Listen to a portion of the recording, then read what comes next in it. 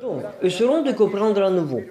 La question la plus importante, quelle est la différence entre l'estime de soi et la santé mentale? Répétons-le encore une fois, car c'est notre cours le plus important.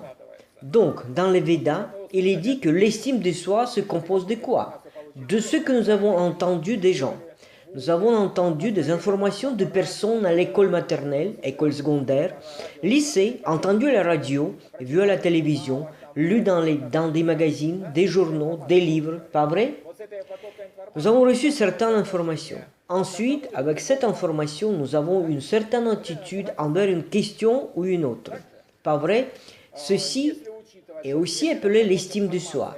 Si on considère bien sûr que ce flux d'informations a été contrôlé par la plus stricte censure, avec l'aide de ces parasites, n'est-ce pas?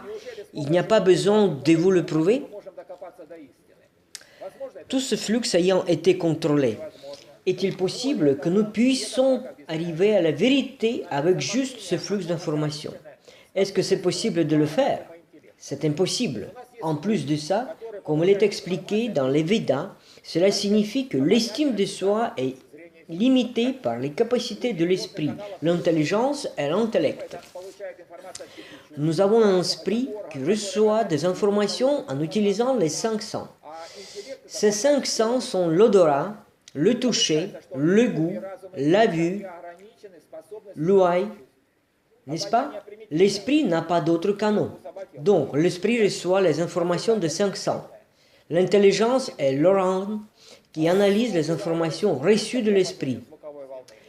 Et l'intellect, c'est le résultat des conclusions. Donc, l'esprit, l'intelligence et l'intellect sont limités par la capacité des 5 sens.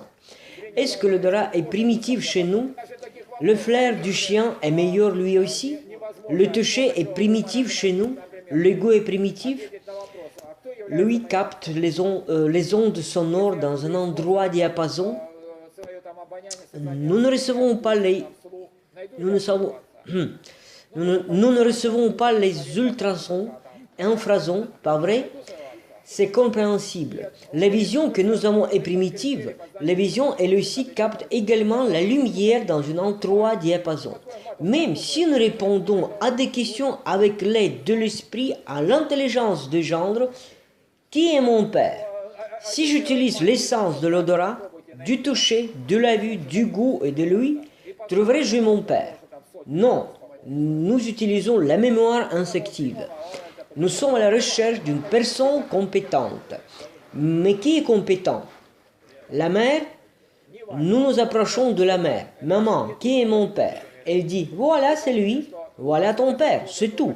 Mais si la mère ne le montre pas du doigt, essayez donc de trouver parmi toute l'humanité son père. Et dit qu'il ressemble, je peux en trouver des centaines. Quoi qu'il en soit, on montre et on se reconnaît. Mais cela n'a pas d'importance. L'essentiel est qu'il y ait l'opinion d'une personne compétente. Peu importe, vous pouvez toujours trouver. Vous n'étiez pas des gens stupides. Comprenez qu'à l'heure actuelle, chez la plupart des gens fonctionne le cortex de l'hémisphère cérébral. Certains centres du cerveau, et chez nos ancêtres, le cerveau fonctionnait à 100%. La meule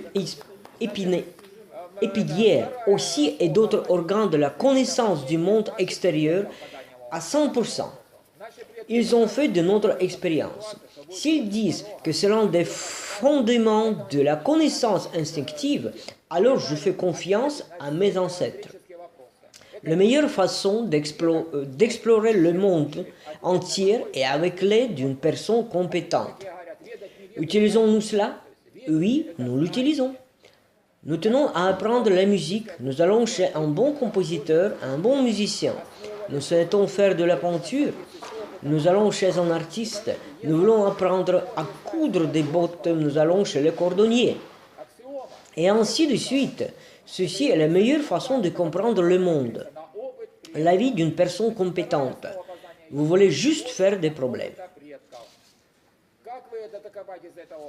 Par conséquent, Le deuxième fondement de la connaissance de la vérité, c'est l'opinion de nos ancêtres sur ce sujet. Nos ancêtres savaient que nous aurions ce genre de situation qui serait les nuits de Svarog, que notre cerveau dormirait, donc ils ont donné des réponses écrites aux questions philosophiques. C'est le Veda. Dans les Védas, il y a une réponse complète à n'importe quelle question philosophique.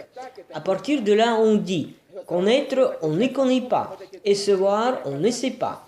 Veda est une connaissance, pas vrai?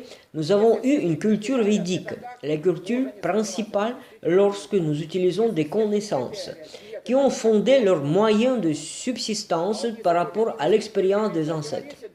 Vous voyez, il y a une loi qui ne connaît pas son passé n'a pas d'avenir. Axiome, est-ce que vous êtes tous d'accord? C'est le seul fondement sur lequel nous pouvons nous appuyer sur l'expérience des ancêtres. Donc, la seconde base de connaissance de l'instinct est d'utiliser l'expérience de ses ancêtres. La manière dont vous obtenez cette expérience n'est pas importante. La façon la plus facile est dans les Védas. Nous sommes allés chez une personne compétente qui s'y connaît dans les Védas et vous dites dans quel livre et à quelle page est la réponse à cette seule question. Je voudrais lire. Il dit que ça se trouve dans un tel livre à une telle page. Simplement de prendre le livre et le lire. C'est lu, c'est tout. Ceci est le deuxième fondement de la connaissance de la vérité, en utilisant les expériences des ancêtres. Et la troisième base de la connaissance de la vérité, c'est l'expérience personnelle. Comme les Ukrainiens diraient, tant que je ne touche pas, je ne crois pas. Nous devons faire par nous-mêmes, nous convaincre si c'est comme ça ou non. La santé mentale consiste en ce que ces trois critères de la connaissance de l'instinct conduisent à un dominateur commun.